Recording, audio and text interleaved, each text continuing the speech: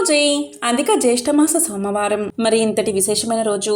ఈ కథను వింటే చాలు ఆ మహాశివుడి సంపూర్ణ అనుగ్రహం లభిస్తుంది. సగం పక్షి సగం సింహం మహాశివుని అవతారం. శివుడి అవతారాలలో ఒక్కటి సరభ. 8 పాదాలతో రెక్కలతో సింహపు దేహంతో ఉండే రూపమే సరభ. దక్షిణాది ఆలయాలలో ఎక్కువగా కనిపించే ఈ రూపం వెనుక ఒక విశేషమైన కథ ఉంది. విష్ణుమూర్తి హిరణ్యకశ్యపుణ్ణి సంహరించేందుకు నరసింహ అవతారాన్ని ఎత్తిన విషయం అందరికీ తెలిసిందే. అయితే హిరణ్యకశ్యపుని సంహారం తర్వాత కూడా ఆయన కోపం చల్లారనే లేదట. ఆ ఉగ్ర నారసింహుని క్రోధానికి లోకమంతా అల్లకల్లోలం అయిపోయింది. నరసింహుణ్ణి నిలువరించకపోతే ఆయన కోపానికి ప్రకృతి సర్వనాశనం కాక తప్పదని భయపడ్డారు దేవతలు. అందుకోసం నరసింహుణ్ణి నిలువరించమంటూ వారంతా కలిసి శివుణ్ణి ప్రార్థించారట. అప్పుడు శివుడు తన అవతారాలైన వీరభద్ర, భైరవుల్ని పంపాడట. కానీ నరసింహుడి ముందు ఆ 2 అవతారాలు నిలవలేకపోవడంతో సరభ అవతారాన్ని ధరించాడు శివుడు. కొన్ని పురాణాల ప్రకారం సరభ, నరసింహ అవతారాల మధ్య తీవ్రమైన పోరు జరిగింది. ఈ పోరులో నరసింహుడు ఓడిపోయాడు కూడా. మరికొన్ని పురాణాల ప్రకారం సరభ అవతారాన్ని ఎదుర్కొనేందుకు విష్ణుమూర్తి గండ బేరుండ పక్షిగా అవతరించాడు. 2 తలలతో ఉండే ఈ పక్షి సరభని ధీటుగా ఎదుర్కొంటుంది. ఎంతసేపు యుద్ధం జరిగినా గెలుపు ఓటములు తేలకపోవడంతో 2 అవతారాలు యుద్ధాన్ని విరమించుకుంటాయి. ఎవరి మధ్య యుద్ధం జరిగినా ఆ యుద్ధంలో ఎవరు గెలిచినా శివకేశవులు ఇరువురు ఒక్కటే కాబట్టి సరభను విష్ణుమాయగా వర్ణించేవారు కూడా లేకపోలేదు. కేవలం శివకేశవుల పురాణాల్లోనే కాదు, బుద్ధుడి జాతక కథల్లో కూడా ఈ సరభ ప్రస్తావన కనిపిస్తుంది. ఈ జాతక కథల ప్రకారం సరభ బుద్ధుడి పూర్వ అవతారాల్లో ఒకటి. సరభ రూపం దక్షిణాదిన, అందున తమిళనాట ఉన్న శివాలయాల్లో ఎక్కువగా కనిపిస్తుంది. ముఖ్యంగా శైవ మతాన్ని ప్రోత్సహించిన చోళులు నిర్మించిన ఆలయాల్లో ఈ ప్రతిమ తప్పకుండా ఉంటుంది. ఒక్కో చోట ఈ సరభ రూపం కేవలం నామమాత్రంగానే ఉంటే మరికొన్ని చోట్ల సకల ఆయుధాలతోనూ దుర్గాదేవి సమేతంగా దర్శనమిస్తుంది. కాశీక్షేత్రం పురాతన శైవ కేంద్రం, ఆది దంపతులకు నివాస స్థలం. శ్రీ విశ్వనాథుడు తన అర్ధాంగి అన్నపూర్ణ సమేతంగా కాశీపురం నందు వెలిశాడు. ఒకనాడు విశ్వేశ్వరాలయ పూజారి స్వప్నంలో శివయ్య కనిపించి ఒక సభ ఏర్పాటు చేయమని ఆదేశించాడు. ఇక శివాజ్ఞను అనుసరించి పూజారి నగరమంతా చాటింపు వేయించాడు. కాశీలోని సత్పురుషులు ఆలయానికి చేరుకున్నారు. ఆలయ పూజారి తనకు వచ్చిన స్వప్నాన్ని వివరించాడు. అదే సమయంలో ఒక అద్భుతం జరిగింది. విశ్వేశ్వర లింగం పక్కన తలతల మెరుస్తూ రత్న ఖచ్చితమైన ఒక బంగారపు రేకు దర్శనమిచ్చింది. ఆ బంగారపు రేకులో ఇలా రాసి ఉంది: అందరికంటే దయాశీలియగు పుణ్యాత్మునికి నా కానుక దక్కుతుంది అని. ప్రతి సోమవారం ఆలయ ప్రాంగణంలో సభ జరుగుతుంది. అందరికంటే పుణ్యాత్ముడు దీనిని దక్కించుకోవచ్చు అని ఆలయ పూజారి చెప్పాడు. పుణ్యాత్ములు దేశం నలుమూల నుంచి కాశీపురం చేరుకున్నారు. ఒక సోమవారం నాడు ఒక కాశీ బ్రాహ్మణుడు శివకానుకను స్వీకరించడానికి ముందుకు వచ్చి ఆ స్వర్ణ పత్రాన్ని తాకాడు. ఆ స్వర్ణపత్రం వెంటనే మట్టి పలకగా మారిపోయింది. దీంతో ఆ బ్రాహ్మణుడు సిగ్గుతో వెనక్కి తిరిగాడు. ఈ విధంగా కొంతకాలం గడిచింది. ఇక కొన్ని రోజుల తర్వాత ఒక ధర్మదాత ముందుకు వచ్చాడు. ఆయన ఎన్నో బళ్ళు గుళ్ళు కట్టించాడు. అడిగిన వారికల్లా దాన ధర్మాలు చేశాడు. ఆయన చేసిన దాన ధర్మాలు కరపత్రాలు ముద్రించి పంపిణీ చేసేవాడు. స్థానిక పత్రికల్లో కూడా ఆయన దాన ధర్మాల గురించి పడుతూ ఉండేవి. అటువంటి పుణ్యాత్ముడు బంగారపు రేకును తాకాడు. విచిత్రం, వెంటనే ఆ స్వర్ణపత్రం మట్టి పలకగా మారిపోయింది. ఇక ఆ ధర్మదాత మట్టి పలకను పూజారికి తిరిగి ఇచ్చేశాడు. పూజారి చేతికి వచ్చిన ఆ మట్టి రేకు మునపటి బంగారు కాంతితో మిలమిల్లాడసాగింది. ఇలాగా ఎంతమందో ముందుకు వచ్చారు.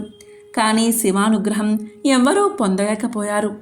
శివ కానుక కోసం చాలామంది విశ్వేశ్వర ఆలయం వద్ద విరివిగా దాన ధర్మాలు చేయసాగారు. ఒకనాడు ఒక ముసలి రైతు శివయ్య దర్శనం కోసం కాశీ వచ్చాడు. విశ్వేశ్వర ఆలయం ప్రాంగణంలో జరుగుతున్న దాన ధర్మాలు అన్నదానం, వస్త్రదానం మొదలైన సేవా కార్యక్రమాలు చూశాడు. కొంత దూరంలో ఆకలితో బాధపడుతున్న ఒక కుష్ఠిరోగిని చూడ్డం జరిగింది. కుష్ఠిరోగి ఆకలి తీర్చే నాథుడు అతనికి కనిపించలేదు. అప్పుడు ఆ ముసలి రైతు తన కోసం తెచ్చుకున్న పిడికెడు పేలపిండిని ఆ రోగికి ఇచ్చి తన ఒంటిపై ఉన్న కల దుప్పటిని తీసి రోగిపైన కప్పాడు. తర్వాత శివ దర్శనానికి బయలుదేరాడు. విశ్వేశ్వర ఆలయం పూజారి ఒక నియమం పెట్టుకున్నాడు. ప్రతి సోమవారం ఆలయానికి వచ్చే భక్తులకు బంగారపు రేకును అందించేవాడు. దైవ దర్శనం కోసం వచ్చిన ముసరైతుకు కూడా ఆ రేకును పూజారి ఇచ్చాడు. ఇక వెంటనే ఆశ్చర్యంగా ఆ ముసలిరైతు తాకగానే ఆ బంగారపు రేకు తలతల అత్యంత ప్రకాశంగా మెరవసాగింది. అప్పుడు పూజారి ఇలా అన్నాడు, అయ్యా, బంగారు రేకును విశ్వేశ్వరుడు మీకు కానుకగా ఇచ్చాడు. దయచేసి శివయ్య కానుకను స్వీకరించండి అని ముసలి రైతును ప్రార్థించాడు. నిస్వార్థంగా నిర్మల హృదయంతో చేసే ఉపకారం ఉత్తమమైనది అని ముసలి రైతు నిరూపించాడు. ఒకసారి ముళ్ళంతా కలిసి చేసిన ఆ వినమ్రపూర్వకమైన అర్థింపునకు సూత మునీంద్రుడు ఎంతగానో సంతోషించి ఇలా పలికాడు, ఓ ముని శ్రేష్ఠులారా, మీరు సామాన్యులు కారు. ప్రతి నిమిషం భగవత ఆరాధనలో తనువు మనస్సులను విలీనం చేసిన తాపసోత్తములు మీరు. నియమనిష్ఠులతో కూడిన సదాచార సంపన్నులు, సచ్చీలురు. నిస్వార్థ చింతనతో మీరు ఏది చేసినా ఏది కోరినా అది లోక కళ్యాణం కోసమే అవుతుంది. కాబట్టి మీలాంటి అభిలాష గలవారికి చెప్పగలగడం కూడా ఒక విశేషమే. ఆ భాగ్యం నాకు మీ వల్లే రావడం నా పూర్వజన్మ విశేషం. కాబట్టి నేను కూడా ధన్యుణ్ణే అన్నాడు సూతుడు. మళ్ళీ సూతుడు ఇలా పలికాడు, ఇంత సౌమ్యంగా నన్ను చెప్పండి అని అర్థించడంలోనే మీరెంత ఉన్నత చరిత్రలో అర్థమవుతుంది. అయినా మీరు కోరిన కోరిక సామాన్యమైనది కాదు. ఆదిపురుషుడైన ఆ పరమేశ్వరుడి గురించి ఎంత చెప్పినా ఇంకా ఎంతో కొంత మిగిలే ఉంటుంది. చెప్పిన తరువాత అంతా తెలిసినట్లే ఉంటుంది. కానీ ఆలోచిస్తే ఇంకా తెలుసుకోవడానికి ఎంతో ఉందన్న విషయం ఆశ్చర్యాన్నే కాదు, అభిలాషను రేకెత్తిస్తుంది. సదాతనుడు, సనూతనుడు, సనాతనుడు అయిన సర్వేశ్వరుడి లీలలు చాలా విచిత్రమైనవి. ఆయన చేతలు ఎవరికీ అంత తేలిగ్గా అర్థం కావు. ఆయన గురించి తెలుసుకోవడం అంటే ఒక రకంగా సృష్టి గురించి తెలుసుకోవడమే అవుతుంది. ఎందుకంటే సృష్టి ఆయన, ఆయనే సృష్టి అంటూ సూతుడు సౌనకాది మహర్షులకు ఇలా చెప్పడం ప్రారంభించాడు. ఒకసారి మార్కండేయుడు అనే గొప్ప శివభక్తుడు శివుడు గురించి పూర్తిగా తెలుసుకోవాలి అన్న అభిలాషతో బ్రహ్మలోకానికి వెళ్ళి వాణి విరించకు భక్తితో నమస్కారం చేసి ఇలా పలికాడు, విధాత, నాకు పరమేశ్వరుడి గురించి, ఆయన మహత్యం గురించి కూలంకుషంగా తెలుసుకోవాలని ఉంది. మీరు తెలియచేసి ధన్యుణ్ణి చెయ్యండి అంటూ ప్రార్థించాడు. అందుకు బ్రహ్మ ఇలా పలికాడు, నాయనా, శివుడి గురించి తెలుసుకోవాలి అంటే నాకంటే బాగా కేశవుడికే తెలుసు, అంటే నారాయణుడికే తెలుసు. కాబట్టి నీవు వైకుంఠానికి వెళ్ళి నారాయణ్ణి అర్థించు అని చెబుతాడు బ్రహ్మ. ఇక బ్రహ్మ చెప్పిన మేరకు మార్కండేయుడు సరాసరి వైకుంఠానికి చేరుకుంటాడు.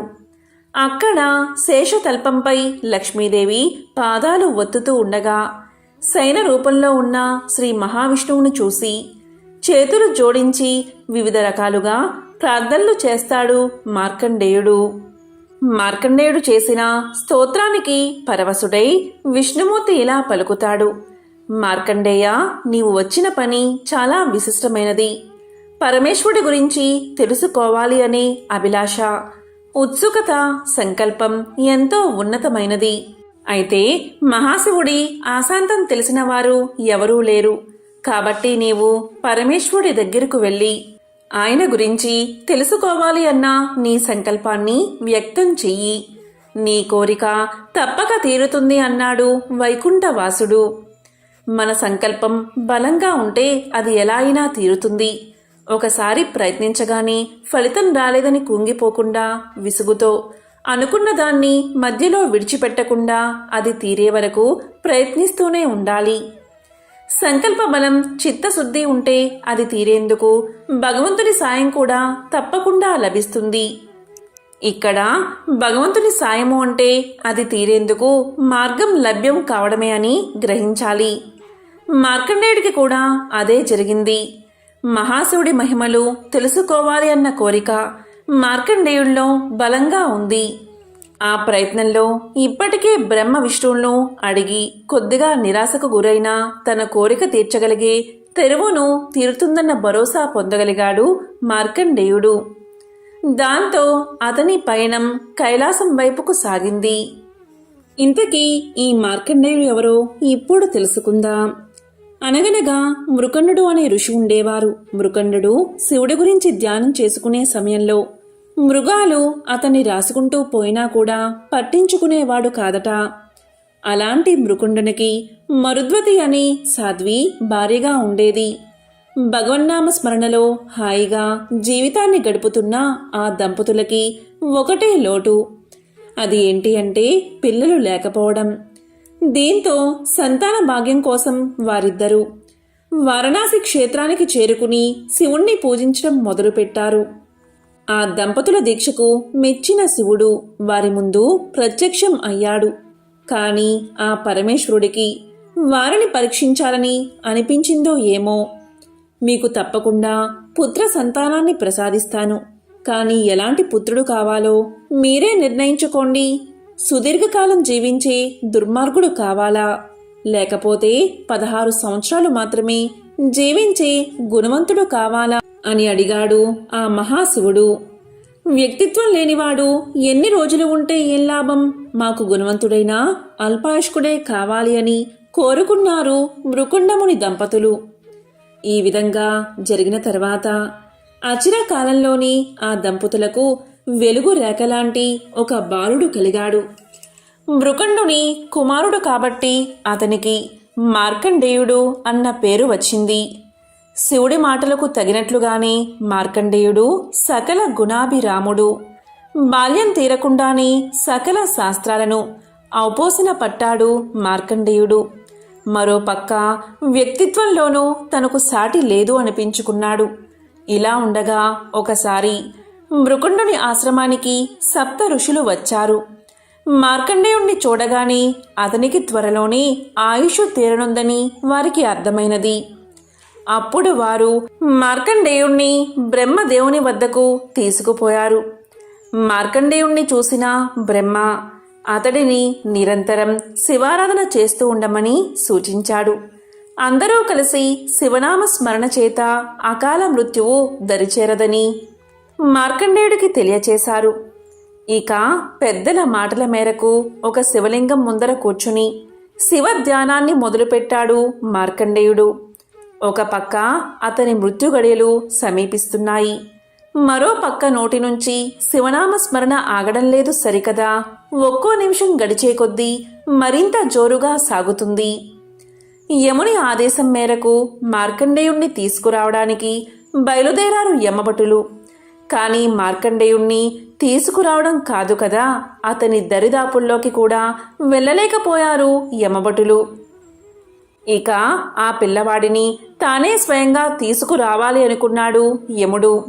తన వాహనమైన మహిషాన్ని అధిరోహించి యమపాసాన్ని చేత పట్టుకుని మార్కండేయుడి వైపు సాగిపోయాడు.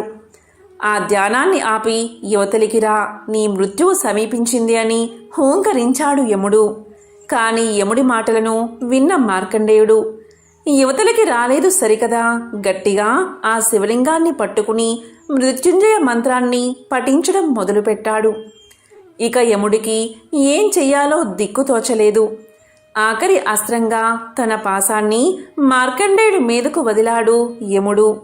కానీ మార్కండేయుడితో పాటుగా ఉన్న శివలింగానికి ఆ పాసం తగలగానే శివుడు కాలరుద్రుడై బయటకు ఉరికాడు. తన మీదకి తన భక్తుని మీదకి పాసాన్ని విడుస్తావా అంటూ యముడిని ఒక్క పెట్టున సంహరించాడు మహాశివుడు.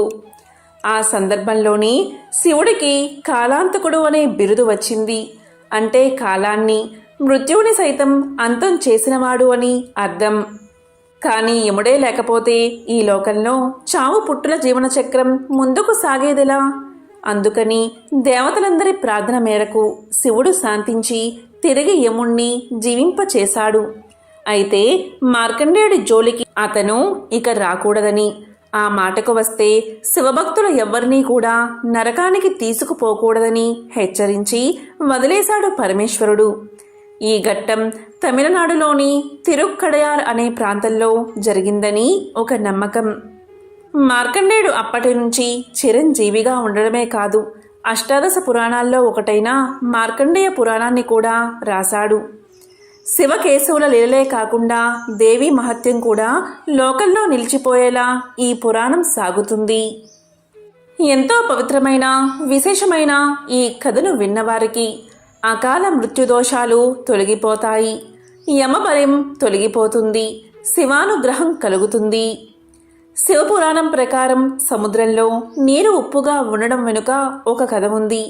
ఈ కథను విన్నంతనే శివపార్వతుల అనుగ్రహం మీకు కలుగుతుంది. మరి ఆ కథ ఏంటో ఇప్పుడు విందాం.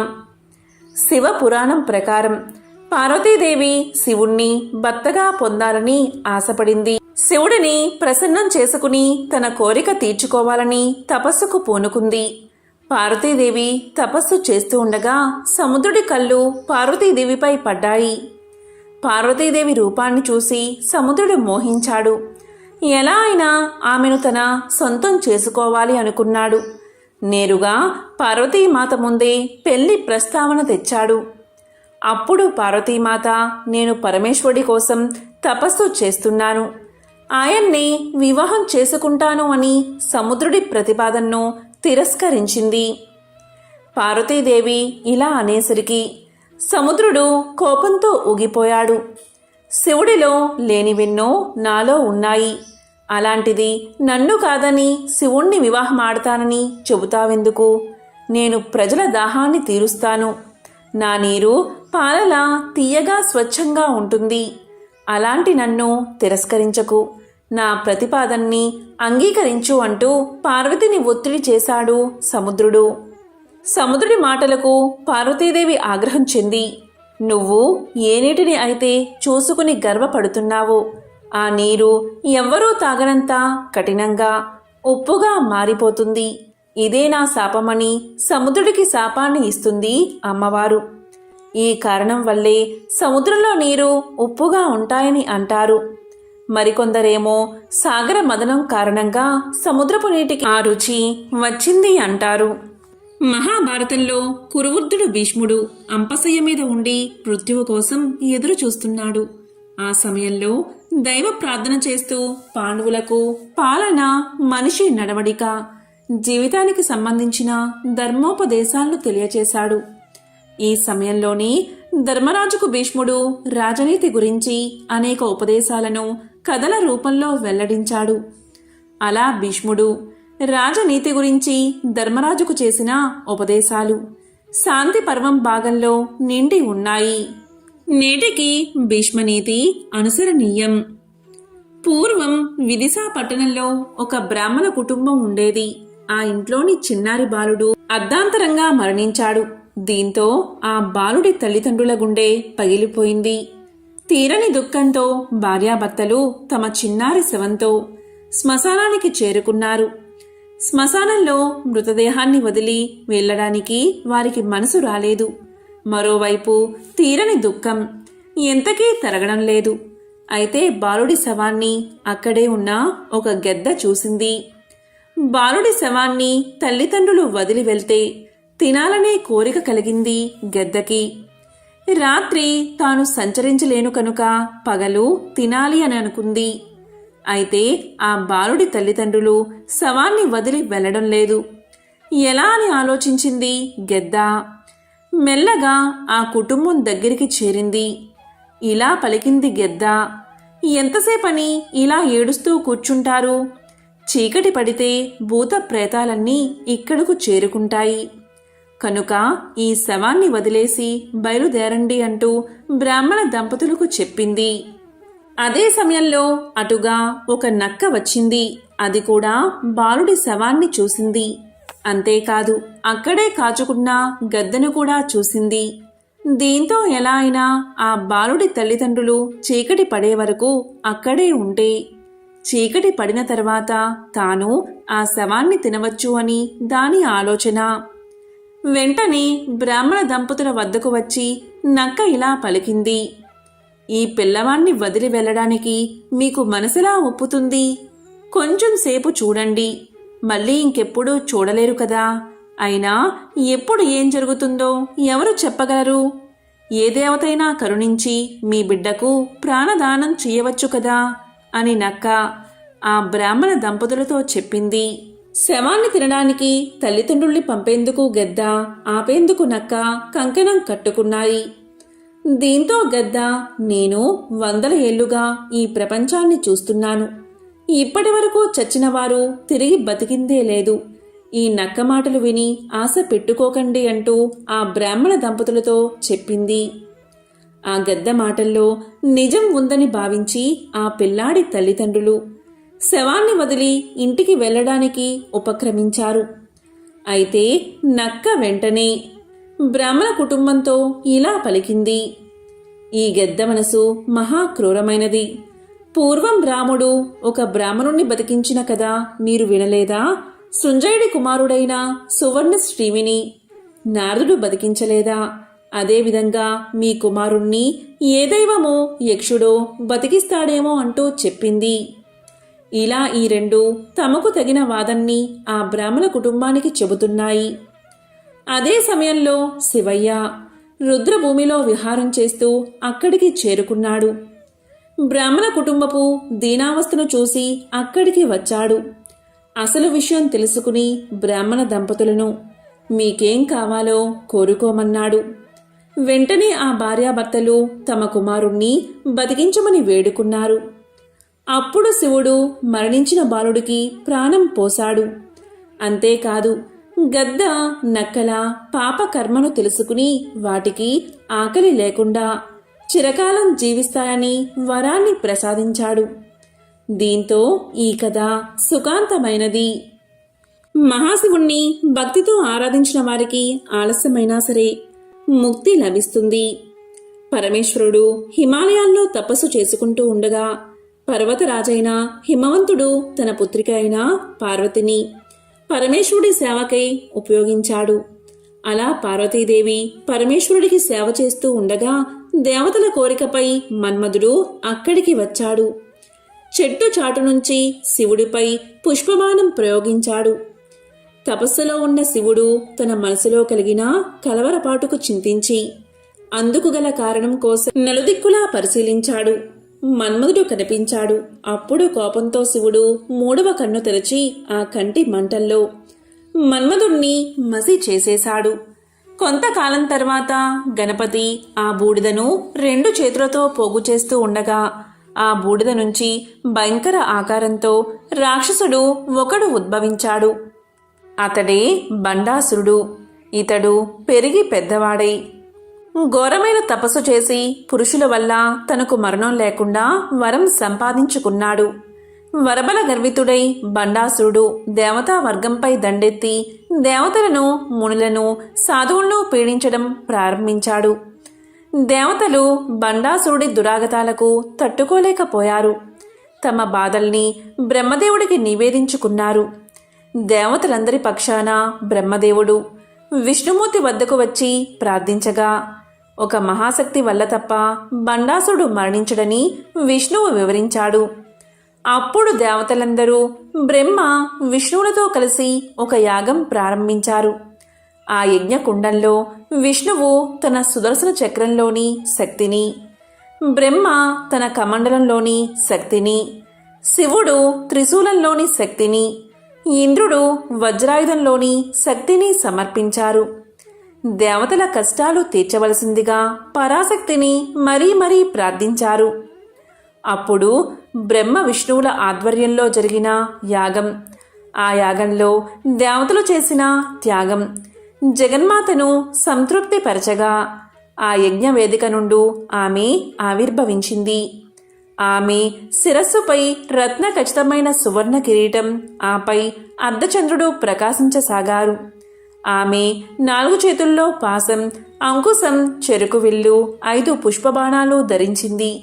ఆ జగన్మాతను చూసి బ్రహ్మాది దేవతలు అనేక విధాలుగా స్తోత్రాలు చేశారు. వారి భక్తి భావాన్ని చూసి ఆమె ముచ్చటపడింది. బండాసురుణ్ణి సంహరించగలనని దేవతలకు ఆమె అభయాన్ని ఇచ్చింది. కొన్నాళ్లకు ఆ పరాశక్తి చతురంగ బలాలతో బయలుదేరింది. బండాసుర సంహారార్థమై బయలుదేరిన ఆమెను ఇరువైపులా వారాహీదేవి, శ్యామలాదేవి అనుసరించారు. పరిచారికలుగా తల్లి వెంట నిలిచారు.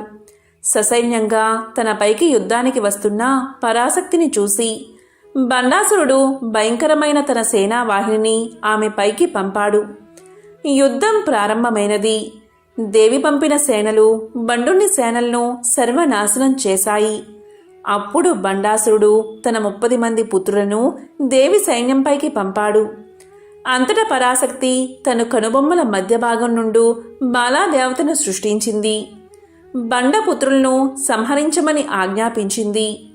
పరాశక్తి ఆజ్ఞ మేరకు బాలాదేవత బండాసురుడి పుత్రులందరినీ సంహరించింది. తన పుత్రులందరూ మరణించడం చూసి బండాసురుడు తన 2 భుజాల నుంచి 2 రాక్షసులను సృష్టించాడు. ఒకడు విశ్రుకుడు, వేరొకడు విషంగుడు. వారిద్దరినీ జగన్మాతపైకి పురుకొల్పాడు. తన పరిచారికలైన వారాహి, శ్యామలా దేవతలను ఆజ్ఞాపించింది అమ్మవారు. జగన్మాత ఆజ్ఞానుసారం వారాహి దేవత విశ్రుకుణ్ణి తుద ముట్టించగా శ్యామలాదేవి విషంగుణ్ణి సంహరించింది. తన సైన్యము, తన పుత్రులు, తాను సృష్టించిన శక్తులన్నీ సర్వనాశనం కాగా బండాసురుడు దిక్కుతోచని వాడయ్యాడు. దేవి ప్రయోగించే శస్త్ర అస్త్రాల బారి నుంచి తన్ను తాను రక్షించుకోవడానికి ఒక విఘ్న యంత్రాన్ని ప్రయోగించాడు. సంగతి తెలిసిన జగన్మాత మహాకామేశ్వరుని వంక చూసింది. ఆ చూపుల్లో నుండి గణపతి ఆవిర్భవించాడు. తల్లి ఆజ్ఞ మేరకు గణపతి బండాలురుని విఘ్న యంత్రాన్ని తునాతునకలు చేశాడు. ఆ తరువాత పరాశక్తి మహాపాసు పతాస్త్రాగ్ని ప్రయోగించి బండాసుడి నగరమైన శూన్యక పట్టణాన్ని ధ్వంసం చేసింది. ఆ వెంటనే కామేశ్వరాస్త్ర ప్రయోగంతో బండాసురుణ్ణి నేల కూల్చుంది అమ్మవారు. బండాసుర సంహారంతో దేవతలు ఆనందించారు. రాజరాజేశ్వరిగా, లలితా పరమేశ్వరిగా, భువనేశ్వరిగా, పరాశక్తిగా స్తుతించారు. ఈ రీతిగానే ఎల్లకాలమూ తమ్ము కాపాడవలసిందిగా తల్లిని వేడుకున్నారు. వాత్సల్యామృత వర్షిణి అయిన పరాశక్తి అలాగే అని వారికి అభయ ప్రదానం చేసి అంతర్ధానమైనది. దీంతో దేవతలందరూ సుఖశాంతులతో కాలం గడిపారు. ఎంతో పవిత్రమైన విశేషమైన కథలను విన్నా, చదివినా, చెప్పినా, వినిపించినా జన్మల పాపాలు తొలగి 1,000,000 జన్మల పుణ్యం వస్తుంది. సకల శుభాలు కలుగుతాయి. ఓం నమః శివాయ. ఓం శ్రీ మాత్రే నమః. ఓం నమో నారాయణాయ. ఓం శ్రీ మహాలక్ష్మియే నమః.